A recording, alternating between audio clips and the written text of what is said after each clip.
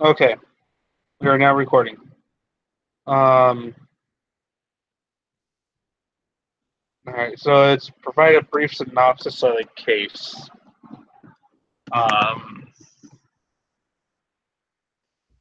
so the case describes the dilemma of a marketing manager, Thomas Green, who, after being rapidly promoted to a new position, is harshly criticized by his boss. Green and his boss disagree on work styles and market projections. Green believes that his sales goals set by his boss are based on creative accounting and grossly overstated the current market environment. A mood of silent conflict develops quickly between Green and his boss, and Green is concerned that his boss is building a case to fire him. Green's situation is one in which his failure to adapt his work style and fully understand the demands and boundaries of his new position may lead to his discharge. Y'all pretty much get that one from the reading? Yeah, pretty much. Okay.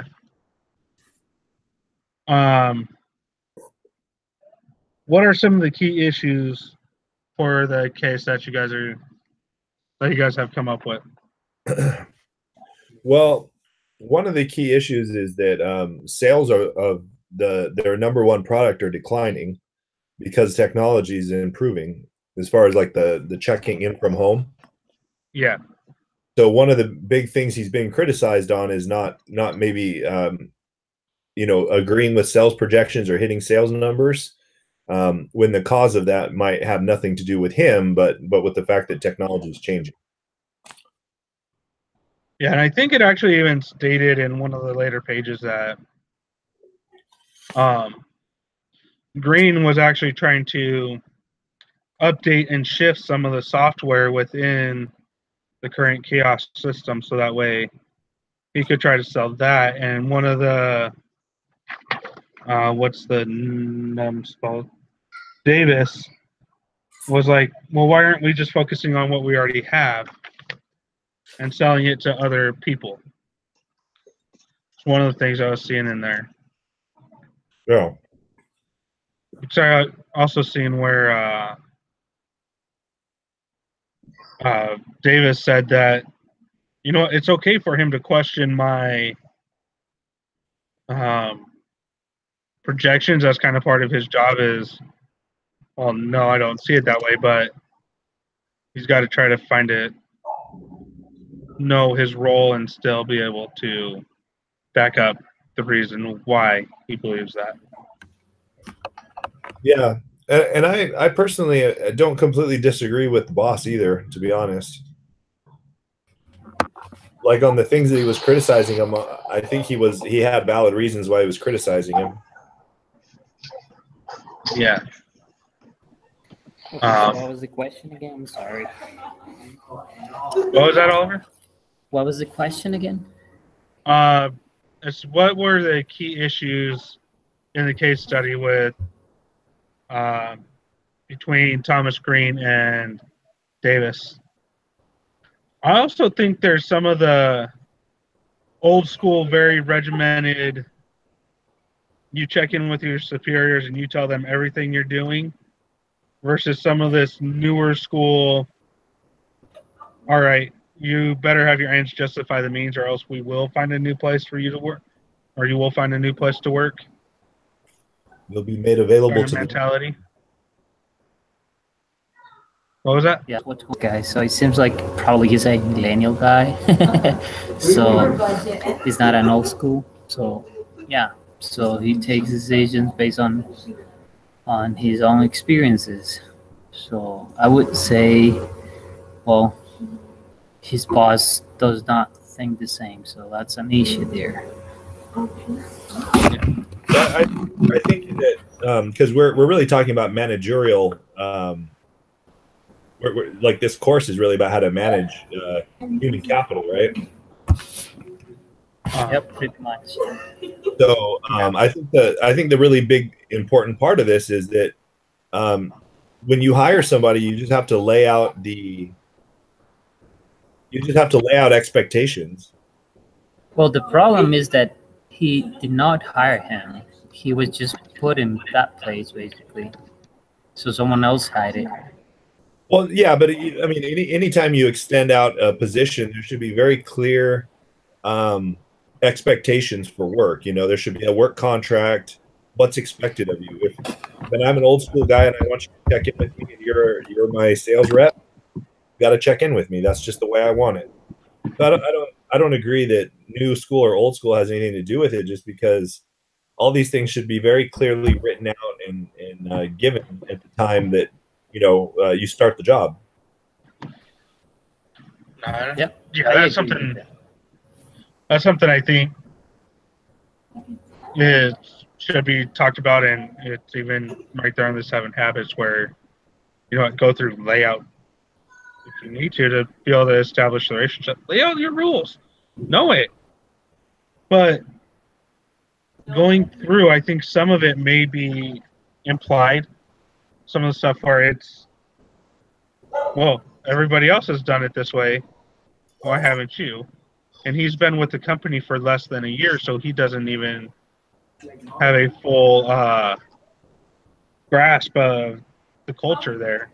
Yeah. Within the upper management structure, where he doesn't have the mentoring from his peers on the left and right hand side. He's just got stuff kind of dumped on him, and he was hoping that the boss lady, what's her name? Shannon McDonald, yeah, was going to kind of help take him along as he brought him up, and not like kind of what was said in one of the paragraphs where, hey, sorry, we dumped you into this situation where the guy thought he was going to pick his replacement, and we're giving him you. So you're just going to have to deal with it. Yeah, but he had the 1 month interview, and after the first month, the boss told him, "Hey, there's some things that I don't like about the way you're doing." I just feel like the what's the main guy's name? Green. Yeah, I feel like he's making excuses. Like, instead of taking accountability, like, hey, I did some things wrong, I can work on those. He's thinking, this guy's just trying to set me up to be a scapegoat for his failures. Like, it says that's kind of where his head's at. His head isn't like, yeah, I'll take the licks and I understand that'll help me get better. Instead of it, he's looking at it from this victim mentality. I really don't like Green. That part is dealing as a supervisor, dealing with some of the frontline employees who are very much like that. Like, no, you're trying to set me up for failure. It's like, no, I'm trying to tell you how to do the job. Because believe it or not, your 6 months on the job has nothing on my 5 years, which has nothing on some of these guys' 30 years. Yeah, is that enough time? You think that's enough time? Like 6 months? You just try them out? I don't think so. I think that's part of the issue is I wouldn't think 6 months is enough time to show what you have, or on this position, since it requires more responsibilities and more stuff. So I would say like 6 months is not a good time to measure. But yeah, he's giving some excuses. He's giving more excuses than actual responses. Okay. All right. We kind of got that pretty well. We actually even touched on, so this is kind of the consensus. We wouldn't have hired Thomas Green for this position at this time. If you were in Shannon McDonald's position, the boss, do you think you would have done it?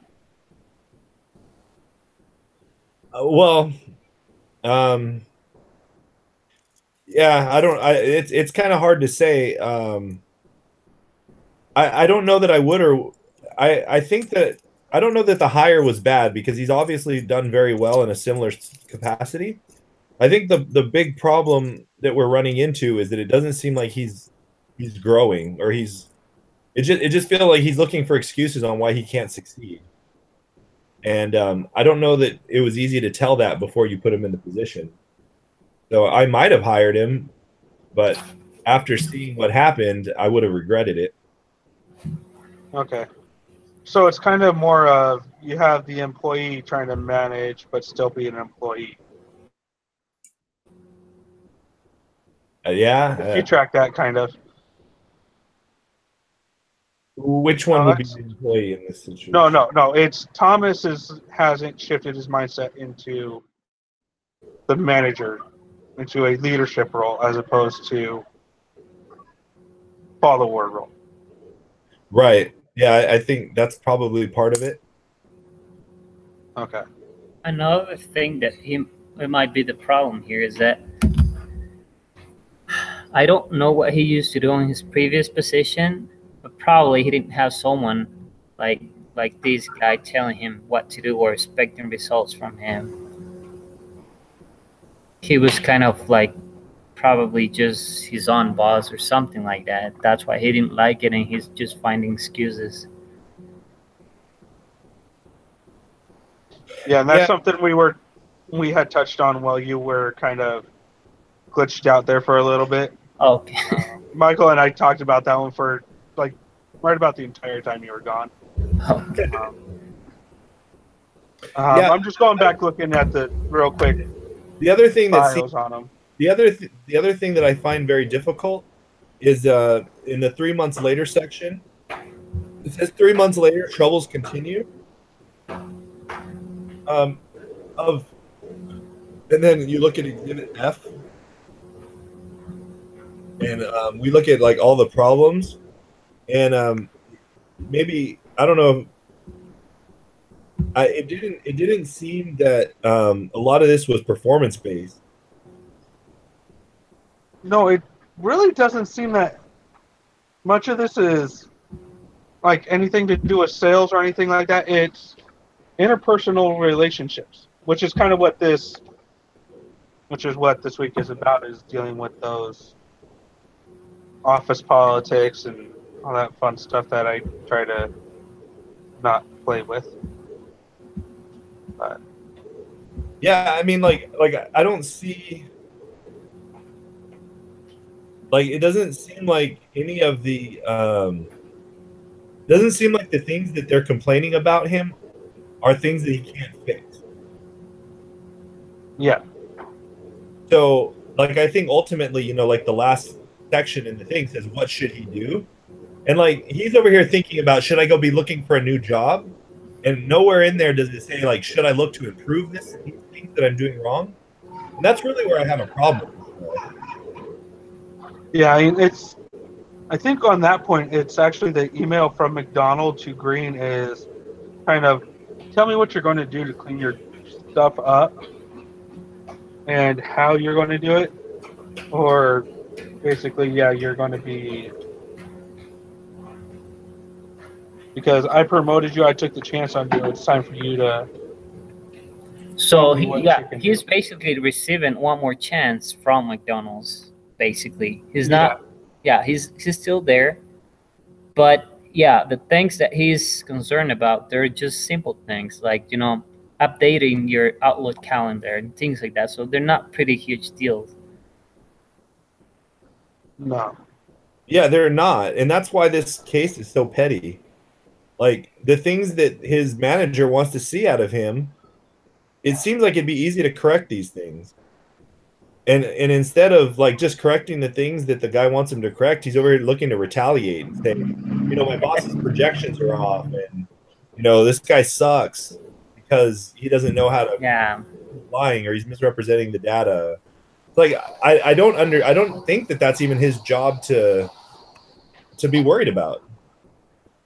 Well, it says in the reading that the projections that his boss presented were the ones that he came up with when he was in Green's position.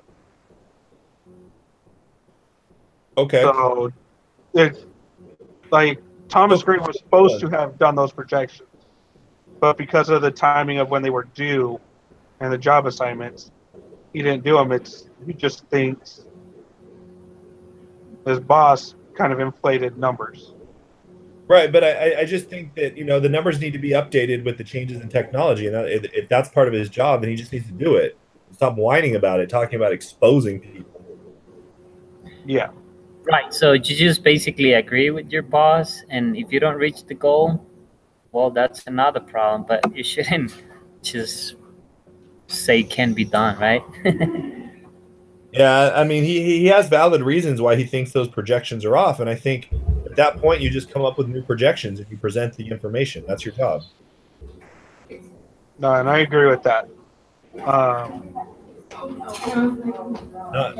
to this verbiage of let's expose this guy because he's trying to set me up for failure. I don't know.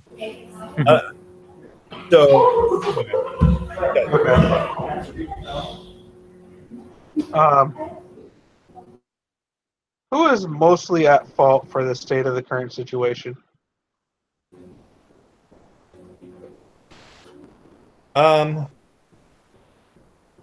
Well, I feel like the situation isn't really even a situation.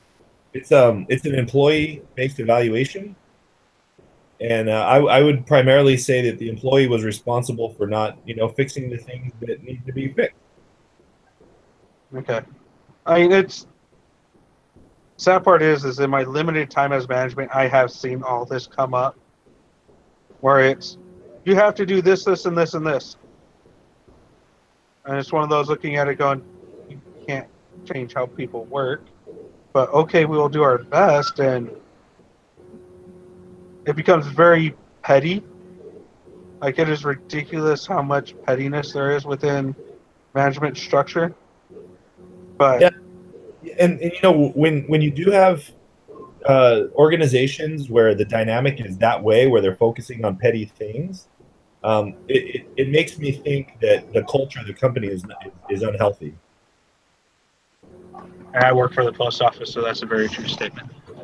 Yeah, that's something that the book. That's something.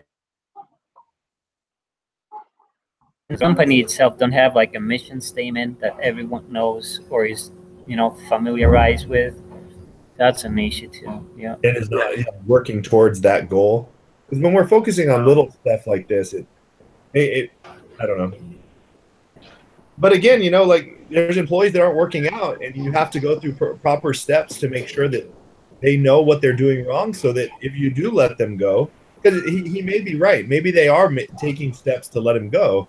But if that's the case, you have a choice. You either step up to the plate, or you curl up in a ball. And it seems like this guy's trying to curl up in a ball.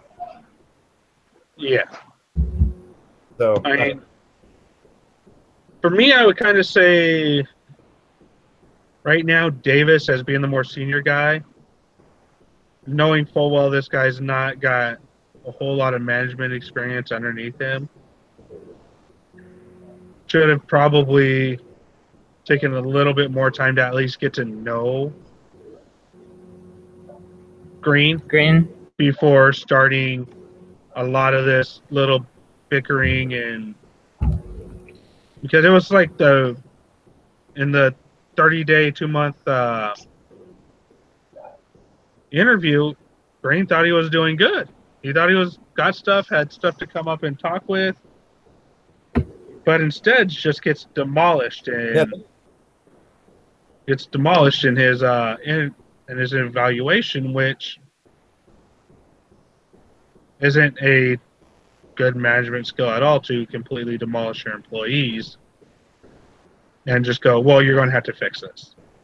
It's kind of how I got from Davis, where I understand a lot of this is very simple, very petty stuff, but you have to change.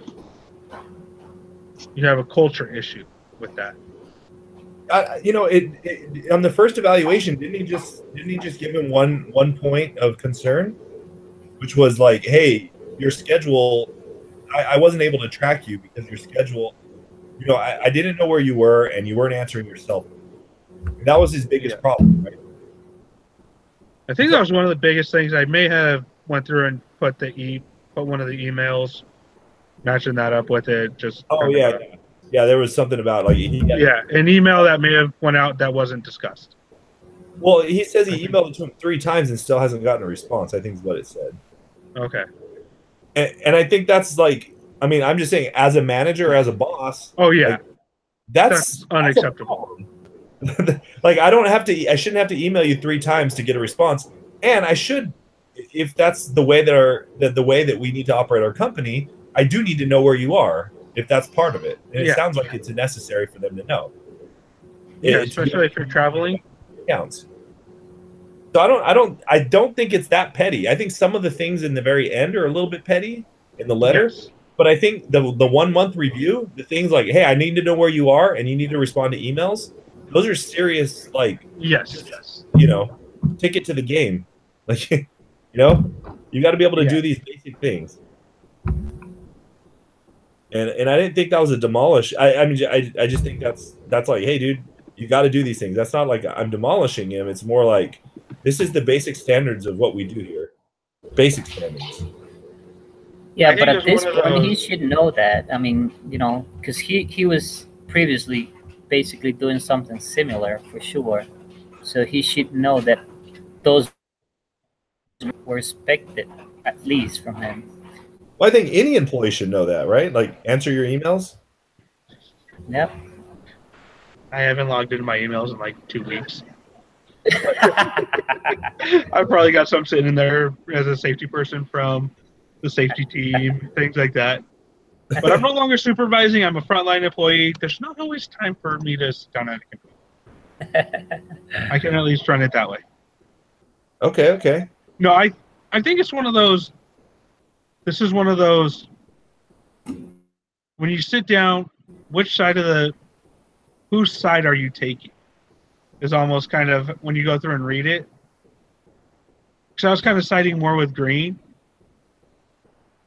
on a lot of this stuff. And it's after talking with you guys, listening to it, I'm like, you know what? He sounds like one of those really annoying millennials who just can't even.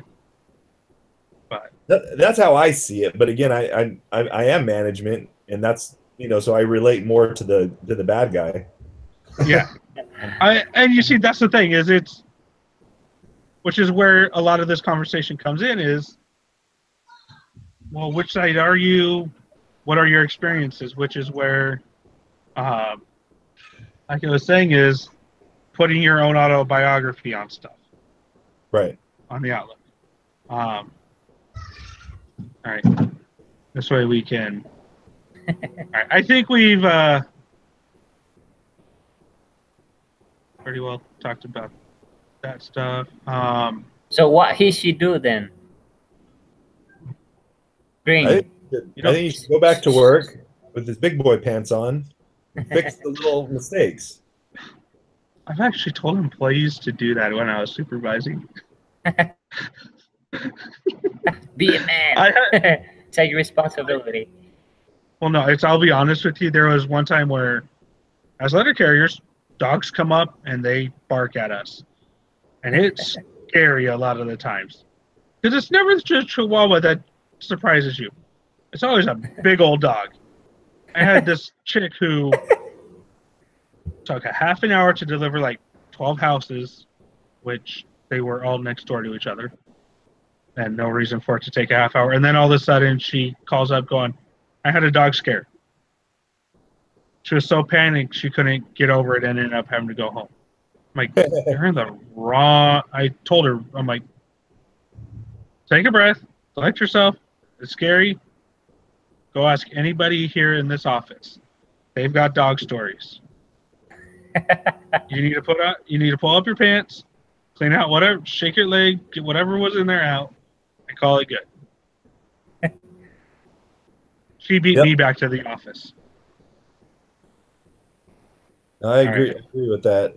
I'm like, you got to do what is required of the job. Not everything's spelled out in a job description. There's a lot of implied actions and reactions. Yeah, that's why you got Mace. Go. Yeah, I've yet to have to use it. I call it taco seasoning. Okay. So wanting us to talk about the power of office politics. How does that come into play? Office. Yeah, I mean, the article very much makes it seem like this guy's acting this way because he didn't get his way. Yeah, I can see that. And so that would be kind of that would be where the office politics comes in on that article. Yeah, I think it's also. I think there's a little bit of where it mentions Davis thought he was going to be able to pick the replacement. Was going to be able to pick his subordinate, which at that point it's you already got the I don't like you because you're not the person who I would have chosen. Because I imagine it's you have a team that you worked with when you're there, and you know the people underneath you who can go through and do the job. And the guys who may have done some good stuff for you, you're going to promote up with you. So that way you can keep looking good, but there's no relationship between Davis and Green already. Right.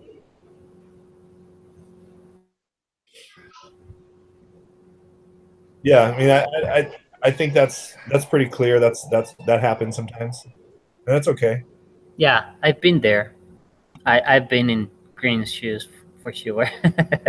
Yeah, some things, if you're the employee, you won't like some things like that, like petty things that you guys says. But yeah, when you're in the management side, you see the side you're in. Yeah. Okay. Just so this way we can keep moving. I'm going to bounce out in about 10 minutes. I got 10 more minutes. This is one reason why I'm trying to get through the rest of this real quick. Yeah. All right. What are each of their conflict styles? And I think both of them are trying to avoid actually having open conflict with each other. Yeah, they don't want like a frontal conversation, face to face. I definitely got that from the article. Said that Green was avoiding talking to his boss. But I didn't necessarily get that from the other side. I know Green definitely had the he was trying to avoid the guy at all costs. And that never seems like a good idea. Okay. Yeah, one of the biggest problems in companies are communication. So if we don't, compassionately, things get worse. Yep. All right. So,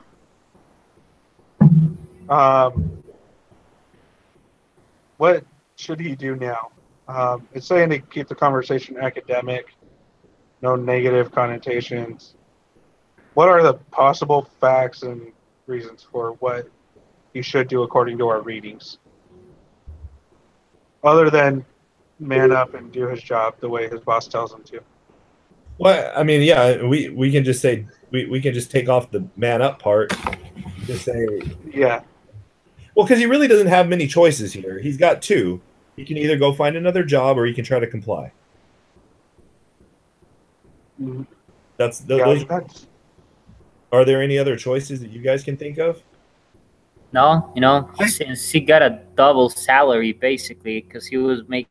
Yeah, I'd love to have that salary.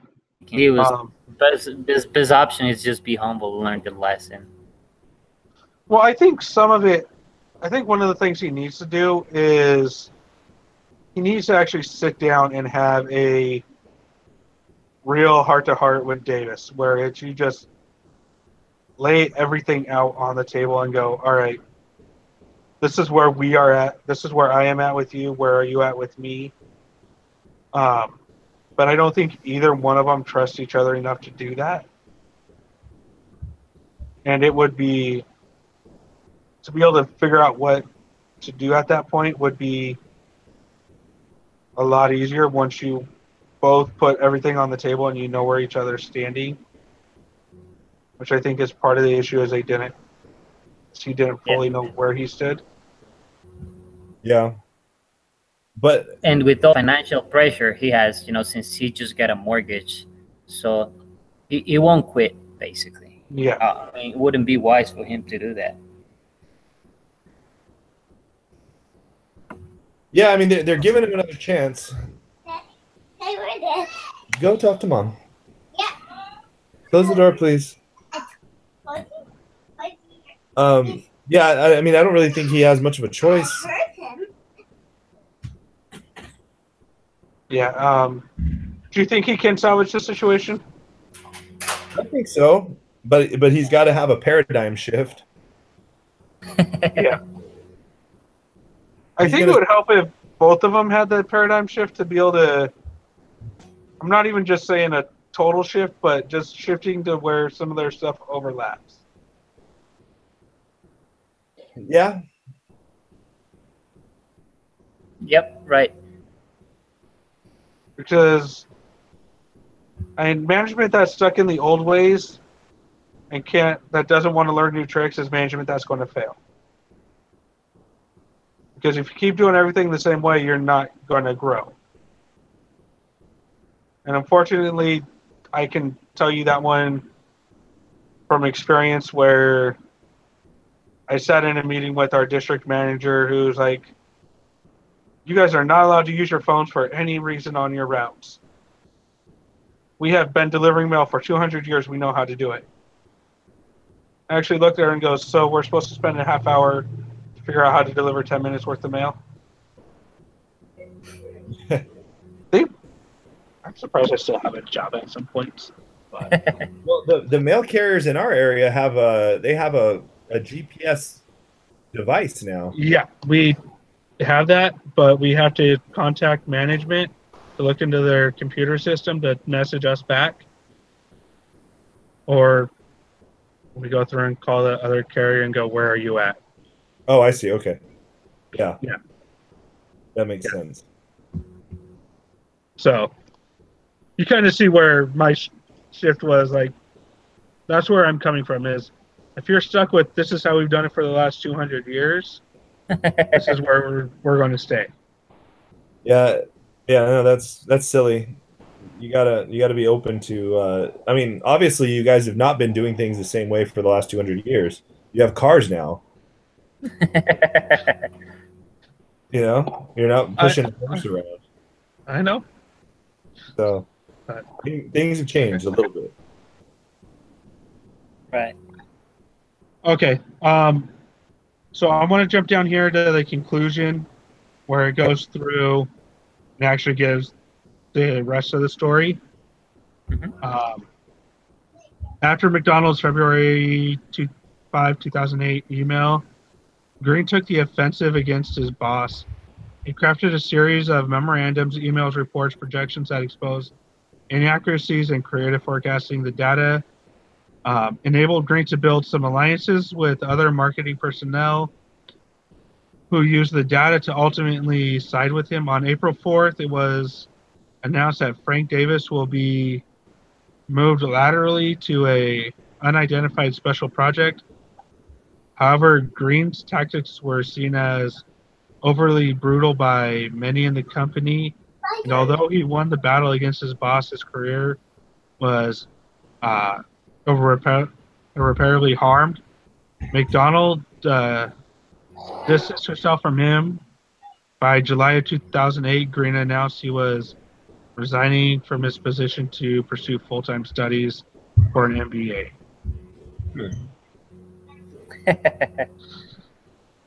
I mean,